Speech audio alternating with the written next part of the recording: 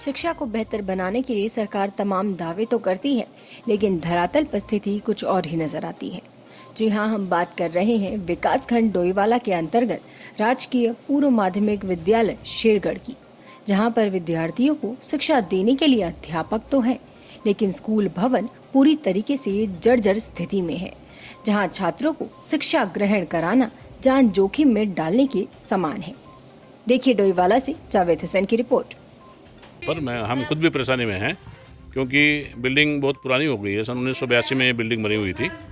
उसके बाद जो है अभी इस पोजीशन में पहुंच गई है, लगभग 40-42 साल की ये बिल्डिंग हो गई है कि अब इसमें बैठ के जो है बच्चों को पढ़ाना जो है वो मुनासिब नहीं है, क्योंकि अंदर से बिल्डिंग का जो लेंटर है वो इतना कमज़ोर हो गया है कि प्लास्टर गिर गया है और नीचे से सरिये जो है वो चमकते हैं। कभी भी बिल्डिंग जो है गिरने का खतरा, हर समय जो है बिल्डिंग गिरने का खतरा बना रहता है। और विभाग का भी दिशा निर्देश ये हैं कि जो इस प्रकार की बिल्डिंगें हैं जर्जर अवस्था में, उनमें बच्चों को बैठा करके जो है अध्ययन न कराया जाए। फिर मजबूरन है कि 2017 में यहाँ पर एक घटना हुई थी। एक बच्चे के सर पर बिल्डिंग का लेंटर का प्लास्टर टूट करके नीचे गिर गया था। बच्चा जख्मी हो गया था। बच्चों को उपचार के बाद जो है घर भेजा गया और आपदा प्रबंधन विभाग को भी लिखा गया और अपने शिक्षा विभाग को भी लिखा गया। और जो हमारे यहाँ के क्षेत्र के जनप्रतिनिधि हैं, चाहे उनमें प्रधान जी हों या वार्ड मेंबर हों या और दूसरे गणमान्य व्यक्ति यहाँ पर आते रहते हैं, उनके संज्ञान में हमने ये चीज़ दी है और विभाग को भी हमने लिखित रूप में दे रखा है। उनसे भी पता लगा है कि बताते हैं कि पैसा मंजूर हुआ है, लेकिन ये कह करके भी नए वित्त वर्ष में कार्य होगा।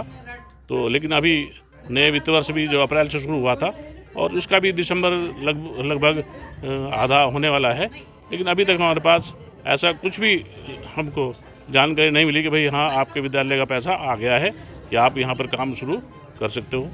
बच्चों की जान को खतरा है, तो हमारी अपील है किसी भी माध्यम से हमारे विद्यालय का भवन अतिशीघ्र बन जाए, तो जिससे बच्चे जो हैं वो सुरक्षित होकर के विद्या अध्ययन कर सकें। हमारे स्कूल की बिल्डिंग बहुत टूट रही है। जैसे कि हमारे जो सीनियर बच्चे थे उनके भी सर पे एक बार बिल्डिंग का वो प्लास्टर गिर गया था, इसलिए अब हमें बाहर ही बैठना पड़ता है।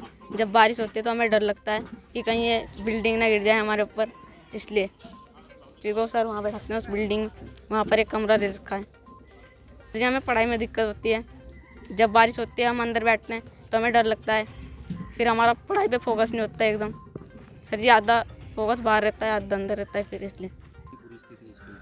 देखिए, बहुत ही शर्मनाक बात है। इस क्षेत्र से जो विधायक हैं वो मुख्यमंत्री भी रहे और यहाँ पे जो ये क्षेत्र है ये अल्पसंख्यक और अनुसूचित जाति के लोगों का क्षेत्र है और किसान बाहुल्य क्षेत्र है।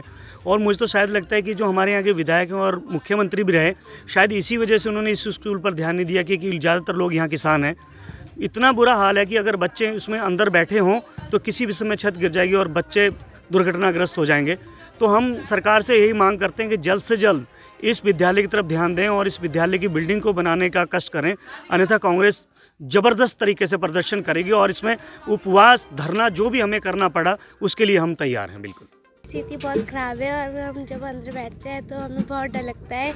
एक बच्चे के सिर पे प्लास्टर भी गिर गया था टूट के। जब बारिश होती है तब हम स्कूल आते हैं तो अंदर बैठने का बहुत डर लगता है कि हमारे ऊपर प्लास्टर ना गिर जाए। सर हम रोज़ बाहर बैठते हैं और हम लोग काफ़ी परेशानियों से जूझ रहे हैं। मैं यहाँ पे 2017 में आई हूँ, तब से बिल्डिंग की यही स्थिति है और काफ़ी पुरानी बिल्डिंग है। सन 1984-85 की बनी हुई ये बिल्डिंग है, तो ऑब्वियसली काफ़ी टाइम हो गया है। तो इतने समय में ये जर्जर स्थिति में आ गई है और उसका छत का प्लास्टर बीच बीच में टूट के भी गिरता रहता है। बच्चे चोटिल हो रहे हैं, बहुत ज़्यादा इस समय खतरा बना हुआ है। और 2 साल से तो कोविड-19 जब से चला है तब से बिल्कुल ही बंद था, तो अभी स्थिति और ज़्यादा नाजुक हो गई है। तो हम लोग बहुत ज़्यादा डर रहे हैं, तो इसलिए हम अंदर भवन में बच्चों को नहीं बिठा रहे हैं। हमने तीनों क्लासरूम्स और जो भी कमरे हैं वो लॉक किए हुए हैं ताले डाल के। और एक क्लास हमारी यहाँ बरामदे में लगती है, एक सामने हाई स्कूल की बिल्डिंग है। 2 क्लासों को हम वहाँ बिठाते हैं। क्लास 6 को हम उसमें बच्चे ज़्यादा हैं तो अंदर क्लास में बिठाते हैं, 7th को बाहर बरामदे में बिठाते हैं।